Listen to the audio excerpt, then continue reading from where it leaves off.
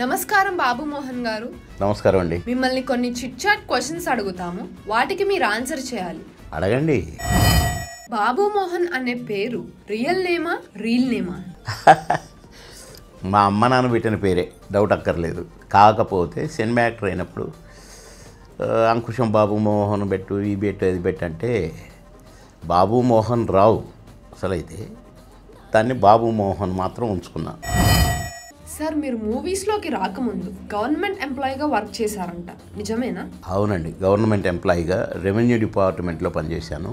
Appoint అయిన first ఇయర్లోనే నేను departmental టెస్ట్లని pass అయ్యాను. నాకు స్పెషల్ సర్వే ట్రైనింగ్ పెట్టారు. అంటే నేను సర్వీస్లో ఉన్నట్టు ఎప్పుడో కలెక్టర్ అయ్యేవాడిని. సినిమా యాక్టర్ అయ్యాను, ఉద్యోగానికి రిజైన్ చేయాల్సి వచ్చింది. ఇక అదంతా చరిత్ర. సార్, మీ సినీ జర్నీ ఎలా మొదలైంది? అంటే గమ్మత్తుగానే స్టార్ట్ అయింది. నేను పెద్ద ప్రయత్నమే చేయలేదు, నేను ఆఫీసులో చుట్టూ తిరగలేదు. కానీ ఒకసారి నేను 7 ఎకరాల్లో అన్నపూర్ణ డౌన్లో ఏం జరుగుతుంది అక్కడ అంటే షూటింగ్ జరుగుతుంది అన్నారు. సరేనా చూద్దాం కదా అనిపోయాను. చుట్టూ జనం ఉండటం వల్ల నాకు చూడటానికి వీలు పడట్లేదు. అక్కడ చిన్న బండ రాయి ఉంటే ఆ రాయి మీద నిల్చుని షూటింగ్ చూస్తున్నాను. ఆ యాక్టర్ సరిగ్గా చెప్పట్లేదు. ఏమయ్యా ఇక్కడ ఉన్న వాళ్ళు ఎవరైనా ఈ డైలాగ్ చెప్తారా అని డైరెక్టర్ గారు అడిగారు, కోదండరామరెడ్డి గారు. నేను చేయెత్తాను, చెప్తానని. ఎదురా అన్నారు. వెళ్ళాను, చెప్పు అంటే చెప్పాను డైలాగు. అరే భలే చెప్తున్నావే, మరి చేస్తావా, ఈ క్యారెక్టర్ చేస్తావు అంటే చేస్తా అన్నాను. ఆ డ్రెస్ తిప్పి ఈ అబ్బాయికి ఏంటన్నారు, డ్రెస్ వేశారు, యాక్షన్ అన్నారు, డైలాగ్ చెప్పేశాను, వెరీ గుడ్ అన్నారు, చప్పట్లు కొట్టారు జనం. కట్ చేస్తే ఆహుతి 100 days పిక్చర్. అది వెంటనే అంకుశం రిలీజ్ అయిన వారం రోజుల్లో 10 సినిమాలు బుక్ అయ్యాను. అయితే ఆహుతిలో ఫస్ట్ డేనే పేజ్ డైలాగు జీవిత గారితో, అదొక పాయింట్ అండి, ఈ పాయింట్ ఇంకొక పాయింట్ ఉందండి, అత్తరు పొలం పాయింట్ ఉందండి అని పాయింట్ అని మాట్లాడే డైలాగు, పేజ్ డైలాగు ఒకటే షాట్లో చేశాను. శ్యాంబాబు గారు ఎంత మెచ్చుకున్నారంటే అంత మెచ్చుకున్నారు, కోటి రామకృష్ణ గారు మెచ్చుకున్నారు. ఆ దెబ్బతో అంకుశంలోగా కూడా బుక్ అయిపోయాను ఒకటే డైలాగుతో. అలా నా సినీ ప్రస్థానం స్టార్ట్ అయింది. ఒక స్టార్ కమీడియన్ పాలిటిక్స్ సైడ్ వెళ్ళటానికి రీజన్ ఏంటి?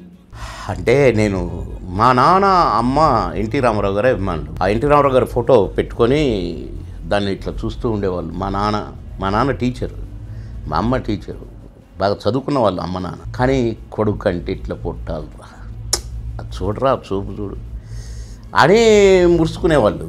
అదే ఎన్టీ రామారావు గారు పార్టీ పెట్టడం, ఆయన ఎందుకు పెట్టాడు పార్టీ, ప్రజల కోసం, పేదవాళ్ళ కోసం, ప్రజలే దేవుళ్ళు అని పెట్టాడు కనుక ఆ డ్యూటీ నేను చేయాల్సిందే అని అనుకున్నాను. సరే పోటీ చేసిన ఎమ్మెల్యే అయినా, మొదటిసారి, రెండవసారి, మూడవసారి. ఇక సరే అలా స్టార్ట్ అయింది. అంతేకాని నేను ఏదో ట్రై చేసి సినిమా యాక్టర్ని కాలేదు, ట్రై చేసి పొలిటీషియన్ కాలేదు. మీది కోట శ్రీనివాసరావు గారిది హిట్ కాంబినేషన్. ఆయన కాకుండా మీకు ఎవరి కాంబినేషన్తో చేయడం ఇష్టం? ఫస్ట్ కోట గారి కాంబినేషన్లో నేను బొబ్బిలి రాజాలో కాంబినేషన్లో పనిచేయటాను ఫస్ట్ టైం. ఆయన చూడటం కూడా ఫస్ట్ టైం. అంటే అంతకుముందే ఆయన ఆహనా పెళ్ళంటితో పెద్ద స్టార్ అయిపోయారు. నేను సినిమాల్లో చూశాను, బయట చూడలేదు. ఆ తర్వాత మామగారులో మాది హిట్ కాంబినేషన్ అయిపోయింది.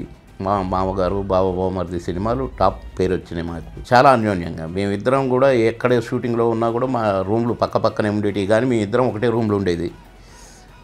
అలా ఎంతో సన్నిహితంగా సొంత అన్నదమ్ముల్లాగా మేము ఉండేవాళ్ళం. మా స్నేహం ఎన్నో మధురానుభూతులు ఉన్న స్నేహం మాది. మా కాంబినేషన్ ఎంత హిట్టో అలాగే బ్రహ్మానందం బాబు మోహన్ కాంబినేషన్ కూడా అంతే. ఎందుకంటే నేను తండ్రిగా, ఆయన నా కొడుకుగా, ఫ్రెండ్గా, బావమరిదిగా, బావగా, ఇట్లా రకరకాల క్యారెక్టర్స్ ఎన్నో సినిమాలు మాకు మంచి పేరు తెచ్చిపెట్టాయి. ఆ ఒక్క సినిమాతో నా లైఫ్ చేంజ్ అయింది అనిపించిన మూవీ ఏంటి? నాకు హిట్ ఇచ్చిన సినిమా, నన్ను స్టార్ను చేసిన సినిమా అంకుశం, నన్ను హీరోని చేసిన సినిమా మాయలోడు. అల్లరోడిగా, చిల్లరోడిగా, అన్నీ అడుక్కునేవాడిగా, ఎన్ని క్యారెక్టర్లు కూడా నాకు ఎంతో పేరు తెచ్చిన క్యారెక్టర్. మీ చినుకు చినుకు సాంగ్ ప్రాజెక్ట్ ఎలా స్టార్ట్ అయింది? సినిమా అంతా అయిపోయింది, ఆ సాంగే బ్యాలెన్సు. క్యాసెట్ రిలీజ్ ఫంక్షన్లో మేము అందరం డ్యాన్స్ చేసినాం ఆ పాటకి. ఏం జరిగిందో ఏమో నాకు తెలియదు, కానీ ఈ పాట నీకు రేపు షూటింగ్ ఉంది రా అంటే నేను ఆశ్చర్యపోయాను. నాది అయిపోయింది కదన్నా, డబ్బింగ్ కూడా చెప్పేశాను కదా, ఇంకా మళ్ళీ నాకు షూటింగ్ ఏముంది ఇంకా అన్నాను. అంటే ఉంది, నువ్వు రా అన్నారు. నేను మెడ్రాస్లో వేరే షూటింగ్లో ఉన్నా. ఆ మరుసటి రోజు బయలుదేరి వచ్చిన సెట్లోకి వెళ్ళేసరికి సాంగు ఇదేంటన్నా అన్నాను. అదంతే, నువ్వు చేస్తున్నావు అంతే అన్నారు. మొదలైంది, 2 రోజులు అయిపోయింది.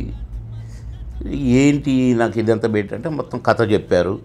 సరే, ఓహో ఈ పరిస్థితుల్లో నా మీద తీయాల్సి వచ్చింది అనుకున్నాను. చిరంజీవి గారు కూడా చూసి మెచ్చుకున్నారు. చాలా బాగా చేసావు పాపం అని అన్నారు. ఏంటన్నా నువ్వు స్టార్ అన్నా, డ్యాన్స్లో కింగ్ అన్నా, నేనే కామెడీ చేయటంటే మీరు అంటే నవ్వి నిజంగా బాగా చేసావు అని మెచ్చుకున్నారు. తీరా చూస్తే 365వ రోజు సెకండ్ షో చూశాను నేను. ఇదే సాంగ్ హౌస్ఫుల్. మీరు స్పోర్ట్స్ పర్సన్ అని విన్నాము, దాని గురించి మీ మాటల్లో. అవునండి, నేను చిన్నప్పటి నుంచి నాకు గేమ్స్ అండ్ స్పోర్ట్స్ బాగా ఇష్టం. బాగా ఆడేవాడిని. బ్యాడ్మింటన్, వాలీబాల్, కబడ్డీ అసలు మేము ఎక్కడికి పోయినా కూడా మా టీంకి ఫస్ట్ ప్రైజ్. మేము మా టీం దిగగానే కాంపిటీషన్స్ కూడా ఆడేవాళ్ళం మేము. వాలీబాల్, కబడ్డీ, బ్యాడ్మింటన్ ఇవన్నీ. వచ్చిండ్రా, దిగారా, కొట్టినరా, ఫస్ట్ ప్రైజ్ కొట్టేసినరా అని అనేవాళ్ళు మమ్మల్ని. మేము కొంతమంది డైరెక్టర్ పేర్లు చెప్తాము, వాళ్ళ గురించి మీ మాటల్లో. కోడి రామకృష్ణ గారు నా గురువు గారు. ఈ మొక్కని నాటిన మహాదర్శకులు. నాకు ఈ నట జీవితాన్ని ప్రసాదించిన డైరెక్టర్ గారు. ఎస్వి కృష్ణారెడ్డి గారు నన్ను హీరోని చేసిన డైరెక్టర్. రాఘవేంద్రరావు గారు ఒక మహానుభావుడైన ఒక పితామహుడు. అలాంటి డైరెక్టర్ గారు నన్ను ఎంతో ప్రేమించేది. నా డేట్లు కుదరలేదంటే రోజుకు అరగంట నాకు నువ్వు ఈ సినిమాలు ఉండాల్సిందే అని రోజుకు అరగంటే ఇచ్చేది. ఆ అరగంట చేసింది చూస్తే లాస్ట్కి డబ్బింగ్ చెప్పేటప్పుడు సినిమా అంతా ఉన్నాను. అలాంటి దర్శకుల చేతుల్లో పనిచేయటం నా అదృష్టం. చివరిగా ఒక టంగ్ ట్విస్టర్. నా నూనె నీ నూనె అని నేను అన్నానా? నీ నూనె నా నూనె అని నేను అన్నానా? నీ నూనె నా నూనె యా.